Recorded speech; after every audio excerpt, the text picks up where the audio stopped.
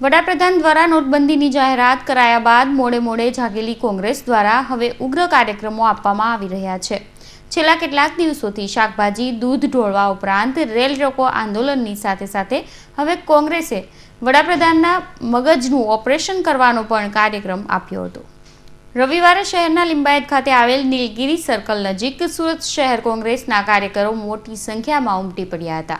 અહીં આ કાર્યકરો ભાજપ સરકાર અને તેમાં પણ ખાસ કરીને વડાપ્રધાનનો વિરોધ કરી રહ્યા હતા। વડાપ્રધાન દ્વારા બંધ કરાયેલી ₹500 અને 1000ની નોટો માટે વડાપ્રધાનના દિમાગની ઉપજ હોય તે ઠેકાણે નથી તેવા આરોપો સાથે કોંગ્રેસે અહમ વડાપ્રધાનના દિમાગનું ઓપરેશન करवानो प्रयास करियो तो। जब एक देश का प्रधानमंत्री कम पढ़ा लिखा हो और वो जो निर्णय लेता है उस निर्णय के आगे क्या परिणाम आने वाले हैं इसकी उसको मालूमात नहीं हो, तो ऐसे दिमाग की सर्जरी का आज फंक्शन प्रोग्राम हमने लिंबायत में किया। कितने लोग थे?